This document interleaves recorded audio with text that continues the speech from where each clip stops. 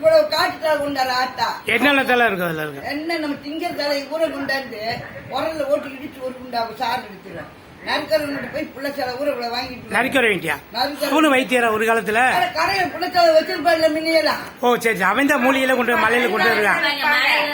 மாசத்துக்கு கொண்டாந்து வச்சிருப்பியா வாங்கிட்டு வரும். இந்த வாங்கிட்டு வர வாங்கிட்டு வந்து அண்ணா அதை உட்காந்து அம்மிக்கல்ல வச்சு வலுன்னு அரைக்கும்.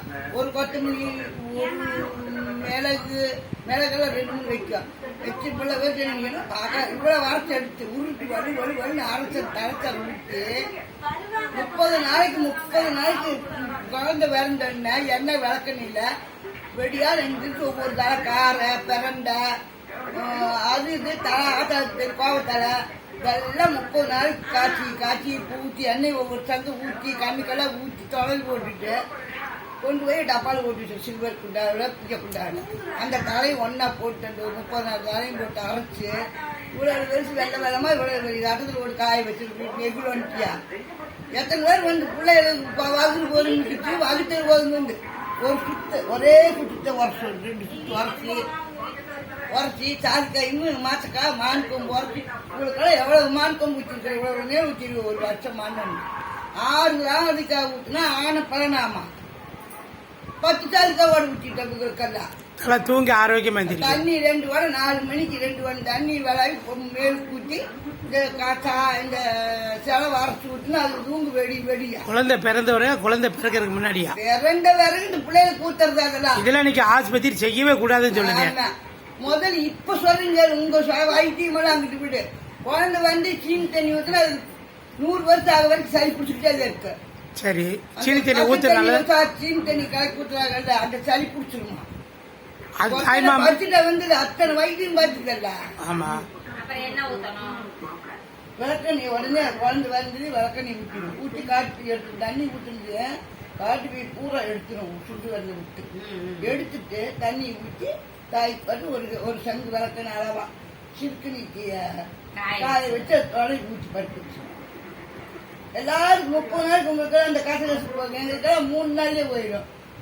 நிறுத்தி செவுத்துல வச்சு நிறுத்தி தலையை வச்சு ஊற்றி பூரா எடுத்துடும். அது நீ எங்கதான் படிச்சதோ எங்க அம்மா என்னை வளர்ந்து ரெட்ட பேர் கிழமெல்லாம் கூட்டிட்டு வந்துருக்கு. இன்னைக்கு 2 நாள் முன்னாடி ஆஸ்பத்திரி போய் அவ்வளவு வைத்தியம் பண்ணாலும் கர்ப்பப்பை பிரச்சனை இல்லாம இருக்குது அந்த காலத்துல இருக்கிறவங்களுக்கு எல்லாம். அதுதான் காரணம். ஒரு நாள் விட்டு ஒரு நாள் 8 மணிக்கு எங்க நல்லா பாரு கோழி அடிச்சு குழம்பு வச்சு அந்த காலு கறி கொடுக்காது சக்கையே குழம்பு புள்ள பிறந்த பகுனு மண்ணெட்டு புள்ளி 6 மாதத்துக்கு மேவாதாமா. அந்த ஈரல் தலை கால் போட்டு மஞ்சள் சீரகம் போட்டு அரைச்சு 1 பச்சை மிளகாய் தட்டி போட்டு வெங்காயம் பச்சை மிளகாய் தட்டி போட்டு நிறைய செலவரைச்சு தனியாட்ட வச்சிடும். வச்சு சுடி 8 மணிக்கு தான் சோறு விட்டுரும். 8 மணிக்கு மேலே சாப்பிட்டா வகுத்துல போயிருமா. அந்த வகுத்துல போனா அப்புறம் வருஷமெல்லாம் போகுமா. மத்தியானம் 12 மணிக்கு சோறு விட்டுரும். ஒரு நாள் விட்டு 2 நாள் 10 தண்ணி ஊற்றி எண்ணெய் தண்ணி ஊற்றி மஞ்சள் சக்கையா இருக்கு கோழி தட்டி கொடுத்தா குடுக்க 30 நாள் ஆன வரைக்கும் இந்த தலை வேக இதெல்லாம் குடுக்கறாங்கல்ல போட்டு 12 மணிக்கு இருக்கா 12 மணிக்கு தான் சோறு கொடுக்குறோம். 8 மணிக்கு சோறு கொடுக்காது. அப்ப தாய் குழந்தை பிறந்த தாய்க்கு வந்து 8 மணிக்கு கொடுக்கணும். இல்ல சாப்பாடு எத்தனை முறை தரணும் ஒரு நாளைக்கு? 3 நாளைக்கு 3 நிமிஷம் கொடுத்தா 3 வேளை கொடுங்க. ஆமா, பூரமே மாமிசம் அசைவமா தான் தரணும். ஒரு நாள் விட்டு ஒரு நாள் கொடுத்துரு. அப்புறம் கீரைகள் தண்ணி விட்டு கீரை 6 மாசம் கொடுக்க கூடாது. குழந்தை பிறந்த கொடுக்க கூடாது. கொடுக்க கூடாது. என்ன வைத்தியம் பார்க்கறது இல்ல. குடல் கொடுத்தா அந்த பிள்ளைக்கு வகுத்து தொக்கம் பண்ணிக்க. கீரை முருங்கீரை கொடுக்க கூடாது பிள்ளை பத்த உடம்புக்கு. ஆமா, அதுல இரும்பு சத்து ரொம்ப இருக்குங்கிறியா? சத்து போய் வறுத்தடி போட்டு வந்துட்டு குழந்தை இருக்கும்போது கொடுக்கணும். அது இப்ப செமிச்சு போயிடும். அப்ப வந்து அந்த உதிர் போய் ஒட்டிக்குமா இந்த வகுத்துல புண்ணா இருக்குமாமா அந்த உடம்பு. ஆமா, ரொம்ப பிச்சா வந்துடும். அந்த அளவுக்கு பஞ்சு மாதிரி போயிடும். மண் எடுத்த புள்ளியே குழந்தை உடம்பு 6 மாட்டிக்கு அவ்வளவு வெளியிட்டு அப்படி வச்சு அவ்வளவு பக்குவம் பார்க்கணும். ஆமா, அந்த பக்குவம் இருந்தாச்சு இல்ல வகுத்துல போச்சுன்னா உள்ள உலகம் வகுத்துல போகும். இப்ப ஆபரேஷன் பண்ணி குழந்தை இருக்கிறாங்க. ஆபரேஷன் பண்ணி குழந்தை இருக்கிறாங்க. அடுத்த குழந்தை பிறக்க மாட்டேங்குது. என்ன பண்ணாது? அதுக்கு நம்ம என்ன பண்ணிக்காது. இல்ல அது ரெண்டு பேரும் மொட்டை மாடியில போய் பேட்டி எடுக்க இல்ல அதுக்கு ஒரு காரணம் சொல்லுங்க. எங்க அம்மா பண்ணின பாக்கு தானப்பா எனக்கு தெரியும்.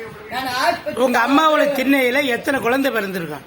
நிஜமா 1000 பிள்ளைங்க வந்து உங்க வீட்டு திண்ணையில உங்க குடும்பத்துல எங்க அம்மா நாங்க ஆஸ்பத்திரி வச்சிருக்கோம். உங்க வீட்டுல வேற பக்கம் பிரசவத்துக்கு போயிருக்கீங்களா நீங்க? வீட்டுக்கெல்லாம் போகாது, எல்லாம் கூட்டி வைக்கிறோம். இல்ல உங்க பாப்பாத்தி அம்மாவோட பிள்ளைகளுக்கு இத்தனை பேர் பேருக்கு அக்கா பிள்ளைங்க, தங்கச்சிங்க, ஈட்டும் பேட்டு எல்லாத்துக்குமே கலந்த.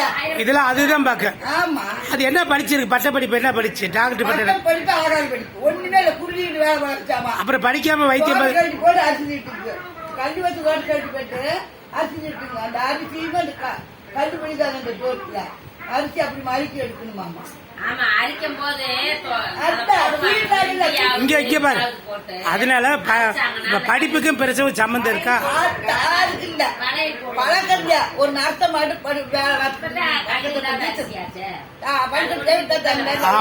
அரசு தோட்டத்துக்கெல்லாம் கூப்பிடு பாப்பாத்தின்னு அந்த அம்மா 2 மொழி பேருகான்னு சொல்லி கொடுத்துருக்குது. அப்புறம் அதே 2 பேருக்கால எருமைக்கு நஞ்சு எடுத்துரும் கூட்டிட்டு போவாங்க ஆட்டால. அதுக்கப்புறம் வரைக்கும் பொறிச்சு வச்சு தெரியுமா?